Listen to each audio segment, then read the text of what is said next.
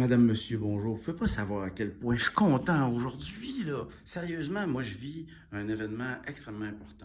Je vis la concrétisation d'un rêve de longue date que j'entretiens dans ma tête jour et nuit depuis des années. Puis là, j'étais avec Émilie de Eureco, puis là, elle vient me raconter de quelle manière ce rêve-là commence à être par écrit sur un plan qui commence à prendre forme pour le collège. Il n'y a rien de coulé dans le béton dans ce que vous allez voir. C'est vraiment un rêve à propos duquel on poursuit la réflexion avec les gens au collège qui ont envie de contribuer par leurs idées, par leurs commentaires, puis par leurs suggestions, puis éventuellement, tous ceux qui voudront nous rappeler des choses qu'on a oubliées, bien, ça va être super intéressant. Ça fait que, sans plus attendre, je vous présente Émilie. Émilie. Bonjour. Bonjour. Tu travailles pour qui, toi, Émilie? Eureco! Eureco, la magnifique organisation non gouvernementale du Saguenay. Vous avez Lac-Saint-Jean. Du Saguenay-Lac-Saint-Jean. Vous êtes combien de forêts nourricières à date? 2? 3? On est rendu à peu près à 25 25. kilos de forêt nourricière. Ouais, en emballage. Il n'y a personne qui en a fait autant que vous autres, je pense, parce que dans les régions du Québec, c'est ici qu'il y en a le plus. Oui. Ça fait que c'est vous autres le top-notch des forêts nourricières au Exact. Québec. Moi, je trouve que tu devrais avoir des bretelles en ce moment pour pouvoir te les péter, parce que vraiment, si c'est pas toi qui te pètes les bretelles, moi-même, je prends une bretelle. Ouais, parfait, merci. Fait que bravo, hein. Merci d'être là. Fait que là, c'est quoi là, cette histoire-là? Là? Explique-moi ça un peu. Donc, en fait, on aurait un peu le cœur de la forêt nourricière du collège d'Alma qui serait devant le collège. Puis, Côté Champagnat, donc côté ouest. Ouais, merci, côté Champagnat. Côté est, je m'excuse, côté est. Oui, côté Le est. soleil se lève, le soleil regarde le collège, Exactement. puis voilà, il voit en même temps que le collège la forêt nourricière du collège. Exactement. Donc, en fait, on a dans le coin ici une belle rangée d'arbres à grand déploiement qui vont être plantés pour faire de l'ombre sur les stationnements. Donc, bien important, on veut lutter contre les îlots de chaleur en même temps, qui est le stationnement. Donc, chêne agrofruits, tilleul d'Amérique, l'érable rouge sont des exemples d'arbres qu'on va planter. Puis ça, c'est intéressant parce que on mange de quoi, là, de tous ces arbres-là? Tous ces arbres que j'ai nommés sont effectivement, ils ont une composante comestible. Il y avait vraiment un souhait d'intégrer une petite scène extérieure, donc dans l'aménagement. Donc, c'est vraiment ici qu'on l'a vu, avec un air dégagé, bien sûr, pour pouvoir assister. Ici, on a une petite rangée d'arbres fruitiers, pruniers, pommiers et poiriers. Et lorsqu'on traverse de l'autre côté, on va rentrer dans la zone plus forêt boréale. Donc, à ce moment-là, ici, on aurait une petite forêt de noisetiers. Un petit sentier en pas japonais pour nous guider au travers de la forêt nourricière, avec un autre petit sentier ici en paillis au travers de la végétation qui est déjà existante.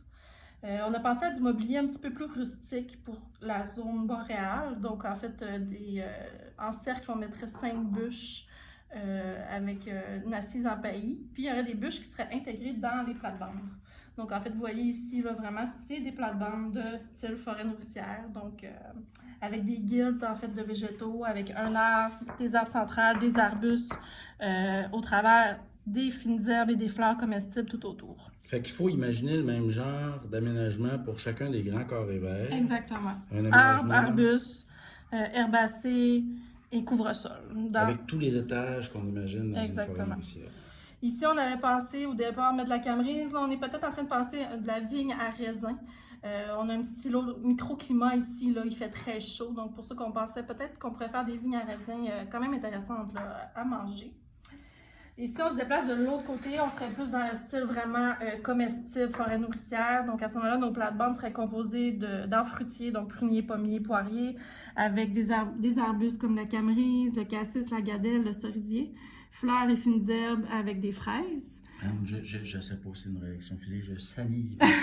Oui, ça a l'air bon tout ça. Tous ces noms-là. Ensuite, ici, on a une petite plate-bande plus légumes vivaces, donc asperges, rhubarbe, on pourrait intégrer l'oseille également. Puis on aurait, du mobilier, c'est certain, donc des bancs qui pourraient être intégrés dans les plates-bandes, avec des tables à pique-nique aussi un peu partout, pour qu'on ait vraiment un espace de rassemblement extérieur aussi. Une classe, par exemple, pourrait se rassembler à l'extérieur ici. C'est malade. Avec, ici, on a mis les mûriers, les framboisiers le long de l'édifice. Un peu de menthe ici pour agrémenter le tout. Alors, voilà, c'est ce que pour l'instant nous réfléchissons pour le cœur de la forêt nourricière. Pour ce côté-là. Puis on a déjà des petites fantaisies qui nous trottent dans la tête. pour d'autres parties de la carte, si j'ai bien compris. Là. On a déjà commencé à Oui, réfléchir on commence un à peu réfléchir aussi. à différents endroits, genre la petite cour intérieure, je me souviens plus où. La petite cour intérieure, il faut que j'inverse la perspective. Petite cour intérieure, on commence déjà à faire un rêve de grimpante comestible, un rêve de table à pique-nique comestible aussi. Autour de la serre, on s'arrangerait pour installer des plantes, des trucs assez bas pour ne pas faire d'ombre à notre serre, mais éventuellement des grands arbres qui pourraient contribuer à la protéger du vent puis à protéger un peu les îlots de chaleur urbaine que sont les stationnements contre le soleil, au moins pour le soir. Puis on regarde un peu partout, là. Mais le cœur, vraiment, c'est l'endroit que Émilie vous a décrit. Moi, je salive déjà, Émilie, sérieusement. Je vais fouiller dans ton livre de recettes que tu m'as refilé l'autre fois. Je capote. Je suis aux anges. Vraiment, merci beaucoup, Émilie. Le tout va se concrétiser d'ici 2 ans. Yes, 3 ans. On se donne 3 ans. Là, on se donne le temps de vivre ça, de savourer chaque moment. C'est que voilà, on ne sait pas encore exactement quelle proportion de tout ça on va faire dès le printemps. Probablement un îlot. Peut-être un îlot de cette taille-là, tu disais, Émilie, ou de cette taille-là? Peut-être. Oui, à voir. On essaye de voir, puis c'est ça. On mesure tout le possible, tout le rêvable, puis tout le soutien qu'on peut avoir des alentours. Fait que merci beaucoup. Merci, Émilie! T'es une merveille de nature. Je suis tellement contente de te connaître! À bientôt! À bientôt, bientôt!